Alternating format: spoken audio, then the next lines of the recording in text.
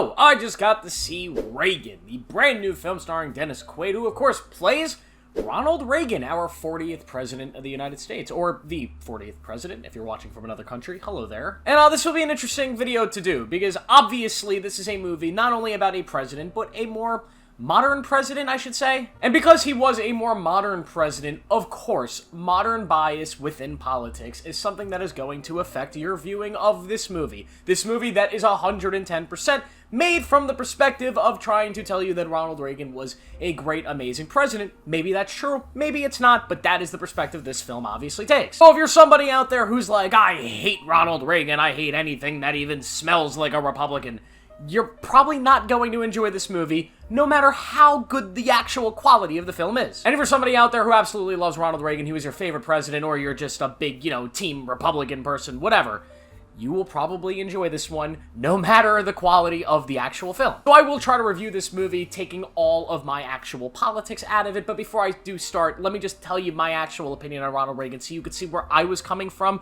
before you watch my review and think, maybe he had some bias, maybe he didn't. Just to dispel all of that, I will tell you my actual opinion on Ronald Reagan. If you don't want to hear it, skip like 40 seconds into the video, I guess. I think Ronald Reagan was a fine president. He was a great leader that I think united the country. I think he won 2 elections by landslides. He was a very, very good leader. I do not agree with a lot of the stuff he did economically. I don't think his foreign policy was exactly as incredible as he gets a lot of credit for. I also think the Iran-Contra thing is a mess. But he was an inspiring leader, an inspiring man. I think his story with his relationship with Nancy Reagan is beautiful, and overall, I think he was a solid Chad. Alright, let's get into the movie. I just want to talk about the movie from a technical story aspect, so I'm going to pretend like Ronald Reagan's a fictional character. And this is a strange one. It's a weird movie that has a lot in it that is good. That is really, really solid. But at the same time, there's a lot of bad here. This movie is very much disjointed. The kind of structure of it, the script, and the edit feels almost amateurish. The film jumps around to different timelines, and it jumps from scene to scene in a way that almost felt like it was trying to emulate last year's Oppenheimer. And of course,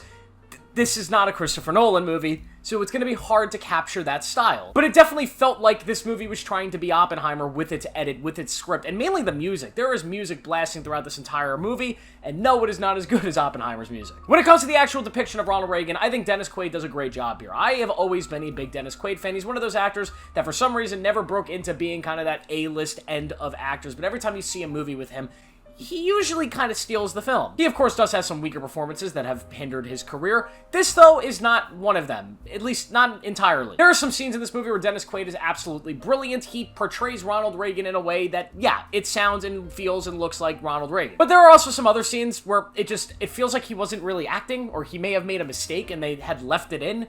It's kind of weird. There's a few moments like that throughout the film, and it kind of took me out of the entire thing. I also don't know if I entirely love this depiction of Ronald Reagan, not just from Dennis Quaid, but from the script, because they portrayed Reagan in a way that makes him feel not human. And I don't know if it's because it's a film that's supposed to make this guy look good, great, and amazing, but Ronald Reagan in this film never felt like a real human being. It felt like a character in a fictional movie, and I'll say the same thing about Nancy Reagan. These did not feel like real human beings, and there are moments where they try to make them actually pull out real human emotions in these real human scenarios, but overall, they just did not feel real, and I think it's because this is a film that is not sort of a honest take on both of these characters, an unbiased, honest take. It's a movie that is clearly made by people who liked Ronald Reagan, which is fine. Get a lot of movies like that on the other side of the political aisle.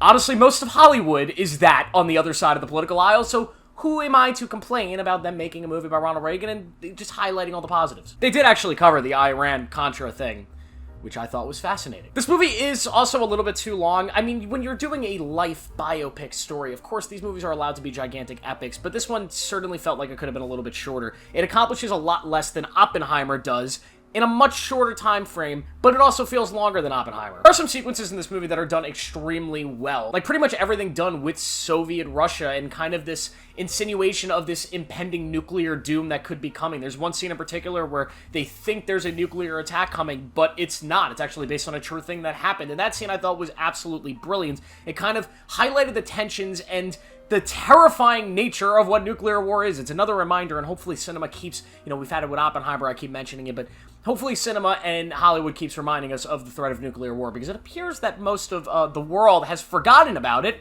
despite the fact that it's still probably the biggest issue we're facing. I think all the stuff between the Soviet Union and America, the negotiation stuff that happens in the latter half of the film is done really incredible. I love the politicking. I am a big Game of Thrones fan, so anytime you take Game of Thrones stuff and bring it into real life, show us the politicking, even if it's not 100% historically accurate, I really enjoy that shit. That is what I'm interested in these kinds of movies. I also thought the ending of this movie was absurdly emotional. Not as emotional as it could have been if the depiction of this character had been a little bit different throughout the film, but I got a big wad of patriotism and emotion, and I even almost shed a Joe Marchione tear, a certified Joe Marchione tear, in the closing minutes of this movie. So I give him credit for that. You pulled the emotions out of me. Good job, Reagan, people. But yeah, outside of that, I just don't have too much else nice to say here. I mean, it's a solid movie. Yet again, if you're somebody who is looking to go see a movie by Ronald Reagan and you knew you were going to enjoy it no matter what because you like Ronald Reagan, you're going to love this movie. This might be your favorite movie of the year. And if you're somebody who's politically on the other side, you just don't like Ronald Reagan, you don't like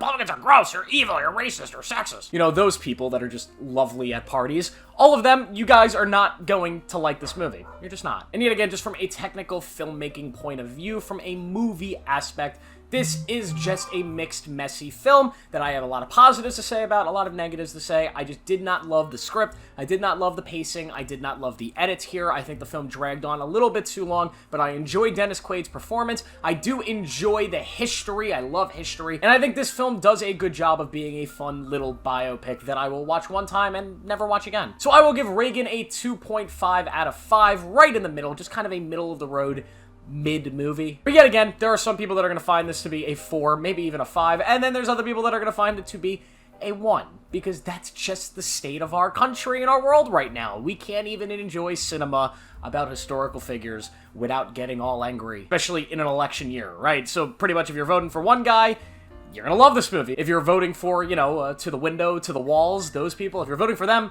probably not gonna like this movie. So, yeah, that's pretty much it. Me, I enjoyed some of it, didn't enjoy other parts of it. That makes me an independent, baby. Woohoo, let's go. That means I'm better than all of you. I'm kidding, I don't know. Thank you guys for watching. Make sure to like this video, subscribe for more, turn on notifications. I will see you in the next one.